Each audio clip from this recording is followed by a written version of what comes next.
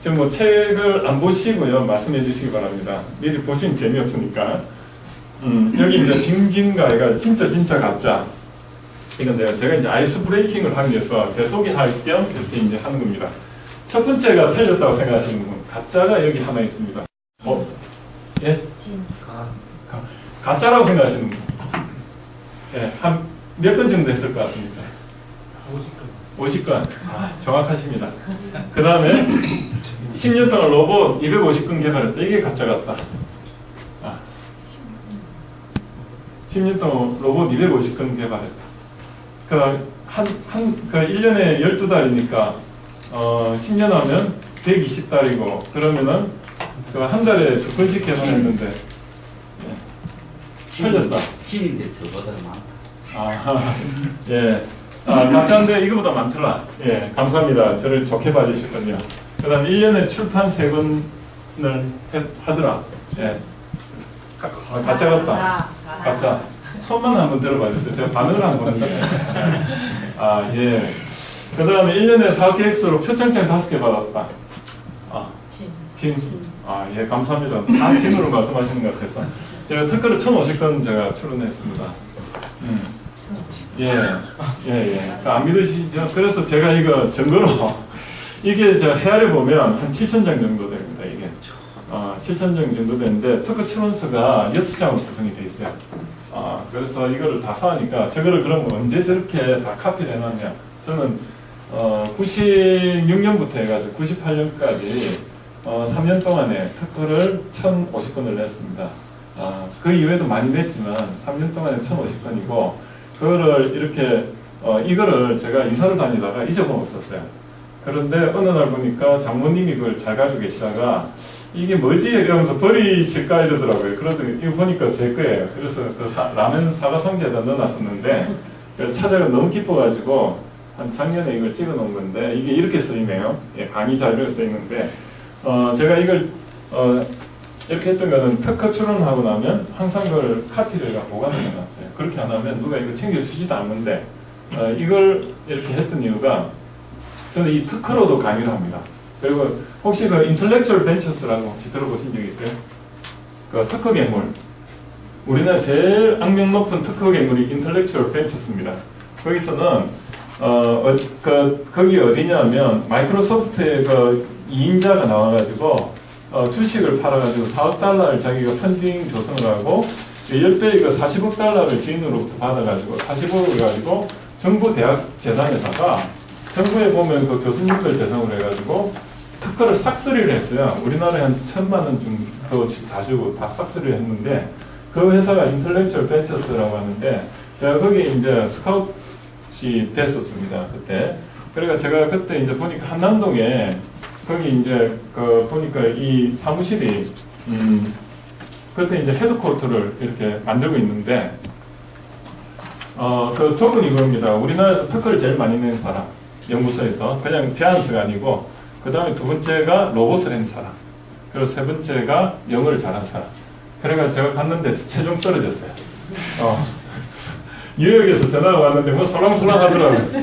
그래서 제가 그때 일을 막 그 삼성전자에서 그 T7 페이지 1 그 천안 거기서 막 아니 천안이 아니고 그 어디죠? 갑자기 생각 안 나네. 천안 밑에 탕정에서 제가 그때 막 열심히 하고 있는데 뭐 전화가 오길래 그 전화를 뭐 이렇게 대충 받았어요. 그랬더니 굿 이러더니 나중에 보니 떨어졌더라고요. 그래서 그 이유가 거기는 네이티브를 원하는 거예요. 완전히 영어를. 그래가지고 한국에 헤드쿼터가 있고 싱가포르나 아니면 홍콩 이런 데까지 다 관할한. 그래서 우리나라가 지금 위상이 굉장히 좋아졌습니다. 그래서 제가 이제 거기 특허를 이제 그런 외국에서도 어떻게 검색이 돼가 저한테 전화 올 정도니까 제가 조금은 뭐 자랑할 만하지 않나 이 생각이 들어 말씀드리는 건데 아까 그 특허도 결국은 독창성이잖아요. 독창성은 결국은 ABC입니다. 그런데 그 ABC를 어떻게 융합을 해가지고 내과시키느냐 그게 제일 중요한데 그거를 다음에 또 기회 되면 제가 마케팅에서 말씀을 드릴 기회가 있을 것 같아요. 넘어가면 뭐 특허는 제가 뭐 안 가리고 있습니다. 뭐 반도체 레이저부터 해가지고 로봇 그 다음에 뭐 하여튼 별걸 다 했습니다. 그렇게 했던 거는 원래 뭐 하루까지 법무수인 줄 모른다고 그렇습니다. 진짜 제가 모르니까 더 잘 되게 되더라고요. 알면은 못 냅니다. 박사님들 이렇게 그 분야 박사는 어제 너무 신중해서 못 냈는데 저는 그냥 대충 내니까 더 많이 냈어요. 예. 근데 그게 다 또 실용화 돼가지고 한때 제가 저 특허료를 받아가지고 그거로 집 살 뻔했어요.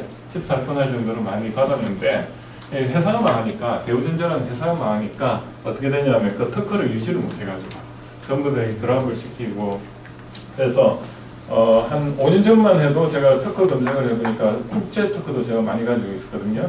그래서 그런 데서 이렇게 하면 250건까지 검색이 되는데 지금 다 포기하고 지금 저 요즘은 안 해봐서 모르겠습니다. 한 몇십 건 남아있는지 모르겠어요. 그런 상태고 그 다음에 제가 여기 뭔지 아세요?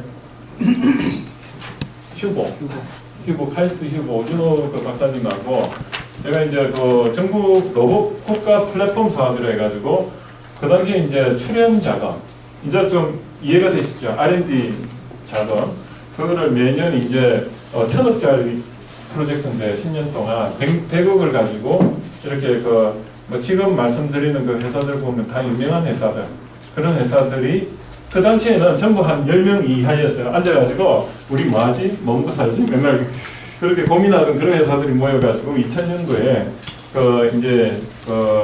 그때 산자부 소속으로 해가지고 로봇 국가가지 1호를 했습니다. 거기에 제가 어떤 그 과제를 그걸 이제 제가 중간에 맡았어요. 왜냐하면 10년짜리 과제인데 한 3년을 이렇게 그 담당자가 하고 나서 이게 과제의 목표가 계속 올라가니까 이 사람이 초반에는 이 과제를 어떻게든 받기 위해서 인터넷 검색해가지고 없는 기술까지 막 다 넣어놓은 거예요.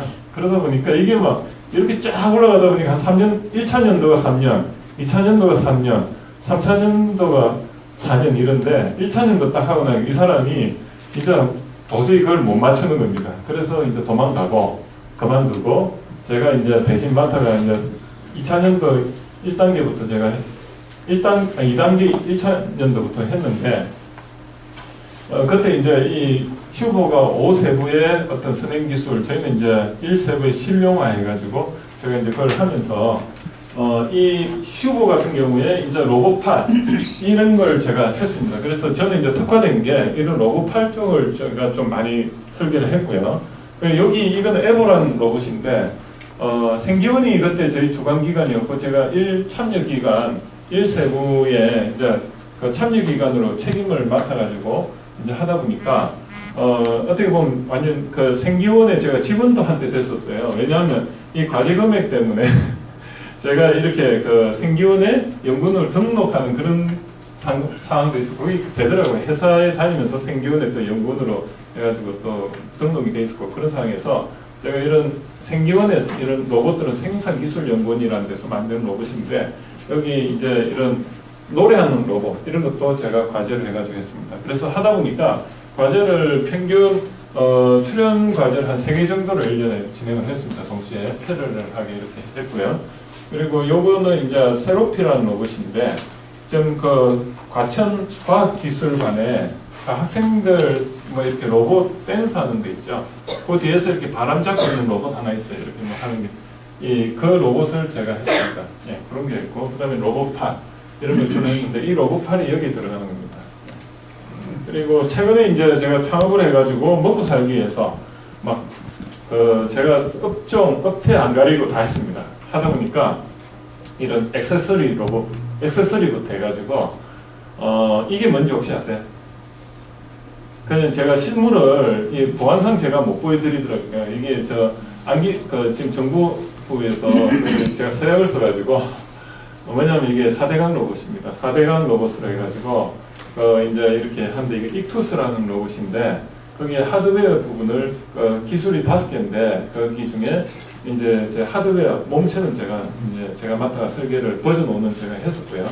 그리고 이런 뭐 사람 타고 다니는 로봇 아니면 이런 노광 검사장들에가 스태프라고 보통 하는데 반도체 있지 않습니까? 반도체를 레이저를 쏴가지고 거기다 볼을 만듭니다. 그게 아주 나노 레벨로 이렇게 만드는데 그런 거를 제가 지금 하고 있고요.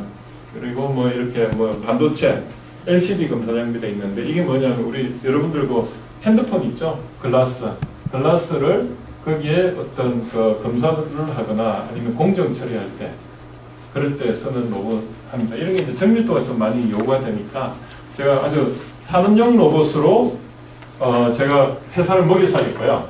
한 80%는 매출이 산업용 로봇이고 한 20%는 국가 과제를 하는 그런 비율로 나중에 최종적으로 갔습니다. 그러다 보니까 지금도 로봇 회사 시장이 한 20%는 정부 과제를 보통 하고 있고요. 그 다음 정책 과제를, 그 다음에 한 80%는 이런 그 반도체나 아니면 LCD, LED 아니면 뭐 그쪽에 어떤 인프라를 제공하는 그런 쪽으로 로봇 회사들이 다 먹고 사는 그런 상황입니다. 제가 책은 3권 냈습니다. 네, 3권 냈는데 전부 공동 협업으로 냈습니다. 같이 전문가들이 모여가지고 냈었고요. 이 책을 낸 이유가 그겁니다. 제가 아무리 말로 떠들어봤자 이게 뭐 저 사람이 뭐 하는지 알 수가 없어요. 그래서 제가 제 생각을 이제 버전 이렇게 각각 다른 내용으로 해가지고 제가 냈는데 이 성공 비즈 컨설팅 로텍 1은 뭐냐면 예비 창업자들 위주로 냈고 그 다음에 2는 제가 이제 그 비즈니스 매니지먼트 쪽으로 냈고요. 세 번째는 이건 프랜차이즈 쪽으로 제가 책을 냈습니다. 그러다 보니까 이런 책들을 보고 제가 기계공학을 했는데 불구하고 프랜차이즈까지도 관여를 하고 있다는 걸 알고 또 단국대 같은 데는 외식경영대학원에 그 MBA 과정에서 제가 또 강의도 하게 되고 그렇습니다. 그래서 참 신기하실지 모르지만 제가 지금 카페도 하고 있습니다. 카페도 하고 있고요. 제가 뭐 소상공인 컨설팅도 하고 있고 저는 이제 그런 생각합니다. 이게 원리를 하나를 알면은 다 통합니다. 그래서 그 대상만 달라질 뿐이고 그게 규모하고 그 다음에 아이템만 달라질 뿐이지 똑같습니다. 원리는 같기 때문에 이렇게 작은 100만 원 정도 되는 컨설팅부터 뭐 몇 억짜리 이런 몇십억짜리 컨설팅을 하는데 사업 계획은 똑같아요. 사업 설계는 그 노력이나 그런 건 똑같은데 대상만 달라진다고 제가 말씀드리고 싶고요. 제가 뭐 이렇게 창업학교라든지 이거를 2010년 6월부터 해가지고 제가 회사를 그만두고 나와가지고 제가 다시 어떻습니까? 출연 자금, 정부의 R&D 자금으로 해가지고 2003년부터 10년까지 그걸 했다가 다시 어떻습니까? 예비 창업자로 돌아가가지고 그때부터 다시 지원 자금을 제가 받기 시작합니다. 그래서 첫 해에 제가 한 1억 정도 받아가지고 그걸로 이렇게 그 제품을 만들고 그래서 이제 그걸 하는 이유가 예비 창업자들은 여기 계신 분이 몇 분 계시지만 예비 창업자들이 정부의 지원 자금을 꼭 받아야 됩니다. 이게 왜 그러냐면 지원 자금을 받으면 기술력을 인정을 받고요. 그리고 가산점을 받게 되고 그리고 그 동아줄을 잡게 됨으로 해가지고 어떻습니까? 나라에서 지원을 해줬기 때문에 관심을 가지게 됩니다. 그 관심을 가지기 때문에 좋은 정보가 자꾸 들어오고 그리고 소개를 받게 되고요. 그래서 잘 되는 놈은 더 잘 됩니다. 근데 안 되는 사람은 계속 안 돼요. 네, 그래서 잘 되기 위해서는 그 관문이 지원 자금을 받아야 됩니다. 받아야만이 그래도 어떻게든 이 회사가 지원 자금을 받을 정도로 사업 설계 능력도 있고 경영 능력도 있구나 이렇게 생각하는 겁니다. 이제 저도 지금 서울시가 천 프로젝트하고 경기도 지창업 프로젝트 거기에 이제 심사위원으로 있고요. 지창업 프로젝트 같은 경우는 제가 졸업한 그 기업이 한 720개 되고요. 이제 한 400-500개 기업이 이제 앞으로 나옵니다. 그런데 거기에 제가 지금 사무국장을 맡고 있다 보니까 그 기업들의 생명을 누구보다 잘 압니다. 이렇게 해보니까 결국은 그러한 기업들이 잘 되는 기업들은 정부의 지원 자금이나 출연 자금 이런 거를 받기 싫어도 받아야 됩니다. 왜냐하면 받아야만이 어때요? 시험을 봐야지 시험 공부를 하잖아요. 나는 시험 공부 안 하고 그냥 내 나름대로 그냥 잘 해가지고 내 혼자 가겠어. 그런 분들도 있는데 그래 되면 그냥 구멍가게가 될 가능성이 좀 있다는 거죠. 아니면은 정말 옛날에는 그렇게 가능했어요. 정주영 제가 이제 현대중공업에도 제가 전략 강의를 하는데요. 지난주에 제가 거기 갔다 왔습니다. 한 3일 갔다 왔는데 이제 거기 분이 대단하시더라고요. 그 당시에는 우리나라가 좀 허점이 있기 때문에 그게 가능합니다. 그렇지만은 지금은 너무 제도화 잘 돼 있고 하기 때문에 이게 전부 이 톱니바퀴처럼 돌아가는데 내 혼자 이렇게 잘 이렇게 노력해가지고 뭔가 하겠다. 자기 돈을 가지고 피 같은 돈을 가지고 제품 개발하겠다. 좋습니다. 그런데 개인이 아무리 그 자금 여력이 있다 해도 뭐 한 1억 이상 넘어갑니까? 안 넘어간다고요. 아무리 돈이 많으시던 그 노후자금도 좀 해놔야죠. 망할 때를 대비해서. 그러면 한 1억 가지고 투자를 했는데 결과가 별로 안 좋습니다. 왜냐하면 이분들이 그 처음에 왔을 때는 아주 나 돈 많아요 하면서 뭐 하나 만들게요. 그런데 이게 혼자서 이렇게 하다 보니까 이게 어떻게 보면 보는 시야가 좀 작아지고요. 두 번째는 이 돈이 자기 돈이다 보니까 어때요? 투자를 하려면 머뭇거립니다. 이게 나라에서 좀 지원을 해주면 과감하게 할 건 하고 이러는데 이게 뭐 그렇게 안 됩니다. 그러다 보니 좀 돈을 자꾸 아끼려는 성향이 있다 보니 투자할 때 안 하고 이런 경향이 좀 있더라고요. 그렇습니다. 그래서 제가 2010년 6월 달부터 해가지고 2010년 12월까지 6개월 동안 뭘 했냐면 창업 스쿨을요. 전국의 창업 스쿨을 8개를 제가 다닙니다. 창업 스쿨을 8개를 다니는데 거기에 카이스트 기술경영전문대학원 거기 기술창업학교라고 그게 1회로 생겼는데 이제 제가 거기도 1회로 갔습니다. 거기에 카이스트 같은 경우 1회 하고 말더라고요. 2회인가 3회까지는 했는지 모르겠는데 제가 그 카이스트 같은 경우에도 그때 이제 송락경 교수님이라든지 그때 그 누굽니까 안철수 교수님 그 분은 뭐 강의도 안 하셨지만 그 옆에 다 했는데 여기 보니까 강의하시는 분 중에 여기 보시면 그 김성범 교수님도 아마 제가 그때 아마 옆에 계셨던 것 같아요. 아마 좀 보신 것 같고 그런데 이런 때 제가 가서 강의란 강의는 다 들었습니다. 진짜 전국에. 그러다 보니 어땠습니까? 이게 저기 보셨던 분이 저기가 또 강의를 하고 있고요. 그래서 오히려 이제 그 네트워크가 살아 있습니다. 그래서 지금은 그 당시에는 제가 학생으로서 공부를 하러 다녔다가 지금은 이제 강의를 하게 됐는데 그분들이 아주 격려를 많이 해주세요. 오히려 저도 이제 그때 같이 이렇게 공부를 했던 분들이 창업 스쿨 한두 개 듣고요. 나는 감 잡았어 해가지고 창업을 하신 분들은 지금 전부 다 흔적도 없으십니다. 흔적도 없고 그때 어떻게 보면 지식 독서 창업이라고 할까요? 공부를 엄청 하신 분들은 지금도 살아계세요. 다들 재밌게 하시고 계시고 그분들이 다 제가 이렇게 공부하는데 다 제가 데리고 와가지고 한 25명을 주위에 전부 이제 공부를 권유해가지고 공부를 하시고 있고요. 그분들이 지금 석박사 다 하고 계신데 하면서 창업을 하고 있어요. 그러다 보니까 만족도가 높고요. 그러면서 하시는 말씀들이 내가 창업을 하는 게 중요한가 아니면은 내 능력이 중요한가. 능력이 중요하다는 거죠. 능력이 있어야지 창업을 이끌어갈 수 있다는 걸 제가 절실히 느끼고요. 창업을 해가지고 빨리 뭐 제품 하나 만들어가지고 그걸 가지고 만약에 성공을 하겠다.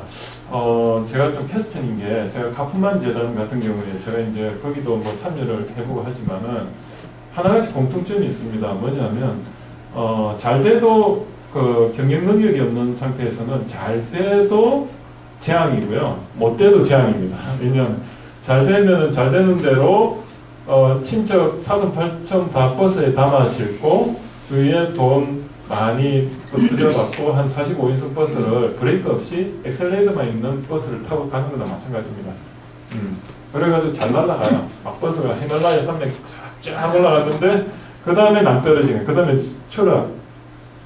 그게 제가 창업스쿨을 다닌 결론입니다. 하나같이 똑같은 거고 근데 못 되면 못 되는 대로 또 힘들잖아요. 그런데 제일 좋은 건 뭐냐면 제가 이렇게 강의를 하는 거는 제가 여러분들한테 조금은 다른 분하고 차별화된 거는 다른 분들은 성공했기 때문에 여기 나와가지고 강의를 하신 분도 계시잖아요. 그분들은 과거를 이야기합니다. 나는 옛날에는 고생을 한 3번 했고 죽을 똥 살 똥 했고 뭐 몇백억 몇천억 한번 말아 먹어보기도 하고 다시 성공해서 근데 파동이 크면 어떻게 되죠? 파동이 크면 앞으로도 계속 파동이 커요.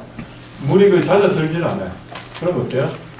진행사항이지만은 정말로 중요한 거는 저 같은 경우는 현재 저도 진행사항이고 그러다 보니까 저는 어떻게 보면 조금 남들하고 다른 게 창업 초기부터 저를 대상으로 마루타로 해가지고 제가 창업학을 지금 수립하고 있습니다. 그래서 피터 드러커가 1920년대 해가지고 경영학의 아버지라면 그 아담 스미스가 경제학의 아버지라면 국부론을 통해서 저는 행복 참혹학의 아버지가 되는 게 제 비전입니다. 그래서 지금도 그걸 하고 있고요. 제가 좀 가능성이 있는 거는 어디 가서 말하면 다 그래도 그런 것 같다 이런 이야기를 해주세요. 제가 이제 공리 이론을 했는데 공리라는 거는 사이비하고 다릅니다. 왜냐하면 사이비나 과학하고 차이점이 뭔지 아세요? 사이비는 뭐가 사이비고 과학이 뭐가 과학인지 아세요? 사이비는 100% 맞는 게 사이비입니다. 보면 그거 있잖아요. 어떤 이론이 있는데 여기 하면 약 같은 거 보면 여기도 맞고 저기도 맞고 다 맞는 거 있죠. 예외 없이 다 되는 거 이론. 그건 사이비입니다. 과학은요. 혹시 칼 포퍼라고 들어보셨어요? 반정주의라고 해가지고 블랙 스완 아시죠? 뭐냐면 항상 백조는 흰 백조다. 그게 유럽에서 이론이었어요. 그런데 어떻습니까? 블랙 스완, 호주에서 검은 스완이 나온 거예요. 그래서 이게 이론이 바뀐 거예요. 하나라도 있으면 그건 이론이 아니잖아요. 그러니까 그때 이제 칼 포퍼가 나온 게 결국은 그겁니다. 있을 수 없는 일 같은데 그런 게 일어나는 확률인데 그게 뭐냐면 과학에서 여기 너무 많이 써보시는 분들 아시겠지만 유의 수준이라고 합니다. 그게 뭐 5%의 유의 수준, 1% 아니면 10% 이렇게 하잖아요. 어떤 이론도 이게 예외가 있습니다. 그래서 유의 수준 10% 내에서 이 이론이 타당하다. 그거를 뭐 이렇게 하는 건데 그럼 제 이론이 뭐냐 공리인데 공리는 이제 그런 검증은 안 되지만 누구나 인정하는 원리가 공리입니다. 그것도 과학의 일종이고요. 그런데 이 공리를 증명하기 위해서는 사람을 몇 명 죽여야 된다. 아니면 기업을 몇 명 어떻게 좀 힘들게 만들어야 된다. 이러면은 이게 어떻습니까? 윤리적으로 문제가 되잖아요. 그런데 이건 분명히 맞는 거예요. 그게 공리입니다. 그래서 저는 이제 여러분들한테 오늘 말하는 건 공리를 이야기하는 겁니다. 공리. 그래서 저희 유의 수준은 80대 20, 80대 20, 20%의 유의 수준을 가지고 80%가 맞다. 우리가 여러분들 산삼 캐는 원리를 아십니까? 산삼을 어떻게 했냐면 저는 얼마 전에 이제 산삼까지도 먹어봤어요. 산삼이 한 뿌리가 200만 원짜리인데 제 페이스북에 가시면 먹는 장면 다 나옵니다. 왜냐하면 그분이 산삼을 했던 이유가 생계 때문에 그래요. 어디 투자를 이분도 예비 창업자도 아니고 뭐하냐면 UDT 출신으로 청와대에서 전두환 때 거기 대통령 경호처에 있다 보니까 돈을 많이 벌었어요. 그래가지고 한 석 달 돈이면 월급이면 옛날에 로얄 슈퍼살롱을 탈 정도 1,500만 원 정도 그걸 탈게요. 그래서 그 정도의 대단한 권력자 밑에 있었는데 이분이 그러니까 그 사이에 돈을 어디다가 다 투자를 했냐면 양평에 산더덕에다가 한 20억을 투자를 했던 거예요. 야산에다가 감벌을 한 상태에다 그 사이에다가 이렇게 했는데 이분이 이걸 돈을 회수를 못하고 있어요. 그래서 저한테 와가지고 마케팅적으로 어떻게 하면 이거를 좀 해결할 건가 그걸 제가 도와드리는 과정에서 이분이 이제 먹고 살아야 되잖아. 근데 차는 BMW고 하여튼 뭐 완전히 그냥 보면은 완전히 뭐 그래요. 그런데 지금 완전히 이제 돈이 없는 거예요. 그래서 이제 이분이 뭘 하냐면 UDT 시절에 자기가 매복회가 있었는데 그때 삼척 꿀진의 무장강도 무장공비 그거 왔을 때 자기가 거기 팀장이었어요.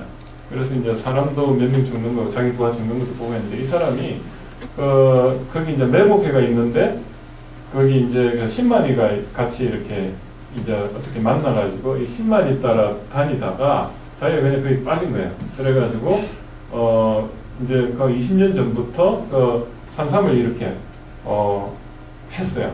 하다가 이제 산삼을 하면 이분은 노하우가 뭐냐면 산삼을 이렇게 따면 거기 산삼 열매가 조그만 거 이런 게 많아요. 그럼 그거를 그 주위에 흩뿌려 놓고 그리고 이제 산삼을 이렇게 가져온답니다. 그런데 거기 20년 전께 자기 어디 있는지 다 그거를 가니까 한 뿌리 구하기도 힘든데 50뿌리씩 막 구해오는 거예요. 200만짜리를. 얼마입니까? 그걸 팔아가지고 지금 생계를 유지하고 있어요. 희한하죠? 그래서 제 블로그에 보면 좋아요 돼 있는 분 중에 한 분이 그분이세요. 그래서 그분 가면 오늘 매주 뭐 몇 뿌리씩 막 하는 거예요. 그러니 저희 그 사람 일반 상식으로는 이해가 안 되는데 그분이 그러시더라고요. 저보고 나는 산삼을 없는 데서도 찾을 수 있대. 그 산에 어디를 떨어뜨려놔도 산삼을 찾는데 51대 49법칙을 자기는 따른대요. 전 뭐냐면 이런 전체 이 영역이 산 영역이에요. 그러면 어떻게 하냐? 49대 51이잖아요. 그러면 딱 이 산에 가가지고 딱 보면 동서남북 있잖아요. 그럼 오른쪽으로 갈 거냐 왼쪽으로 갈 거냐? 아, 산삼은 어떤 쪽이 좋아? 좋아할 상향이 있어. 그러면 감에 의해서 이걸 왼쪽으로 이렇게 간다. 이러면 이걸 반으로 접어가 왼쪽으로 이렇게 딱 이 영역이 줄어드는 거예요. 그래서 또 그쪽에 가가지고 위로 갈까 아래로 갈까 위로 가. 오케이. 또 이걸 접는 거예요. 그럼 이쪽으로 또 위로 가가 또 이렇게 접고 영역을 계속 줄여가가지고 딱 가면 그게 산삼이 돼요.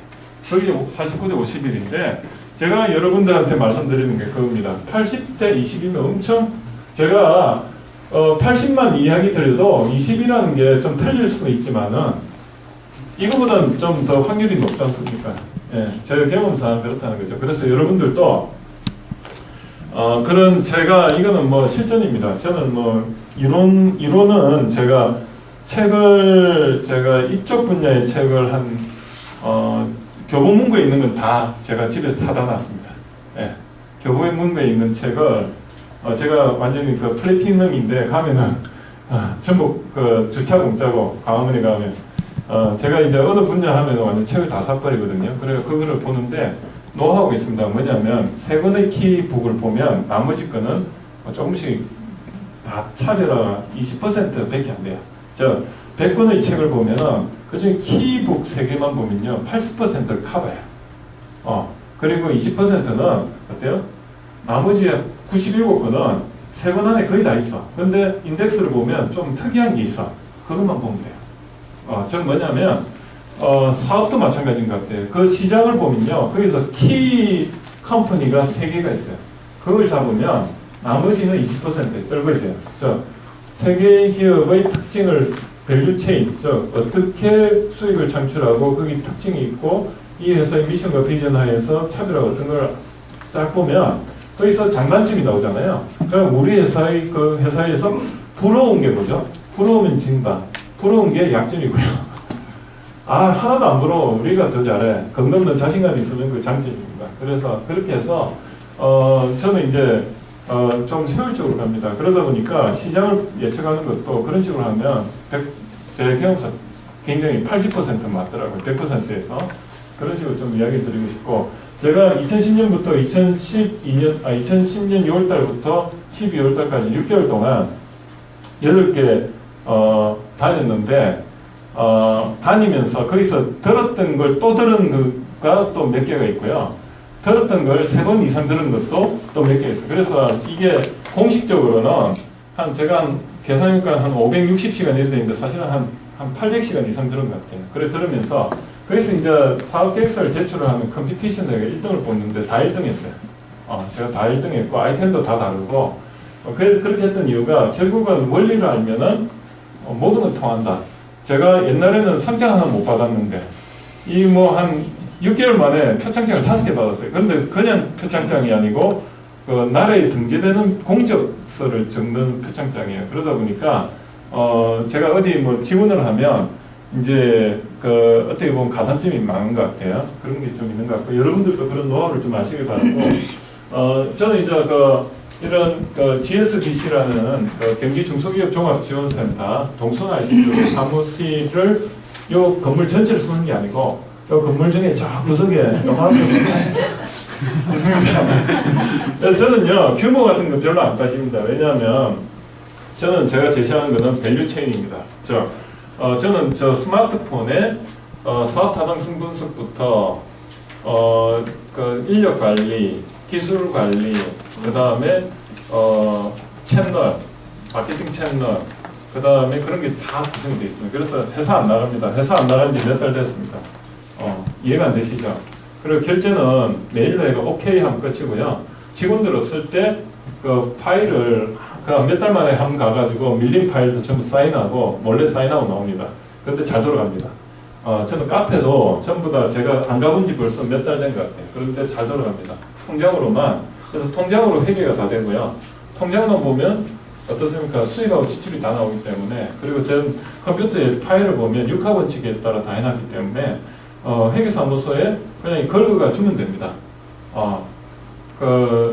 그런 것도 노하우인데 다음에 또 그런 게 기회가 되면 말씀드리고,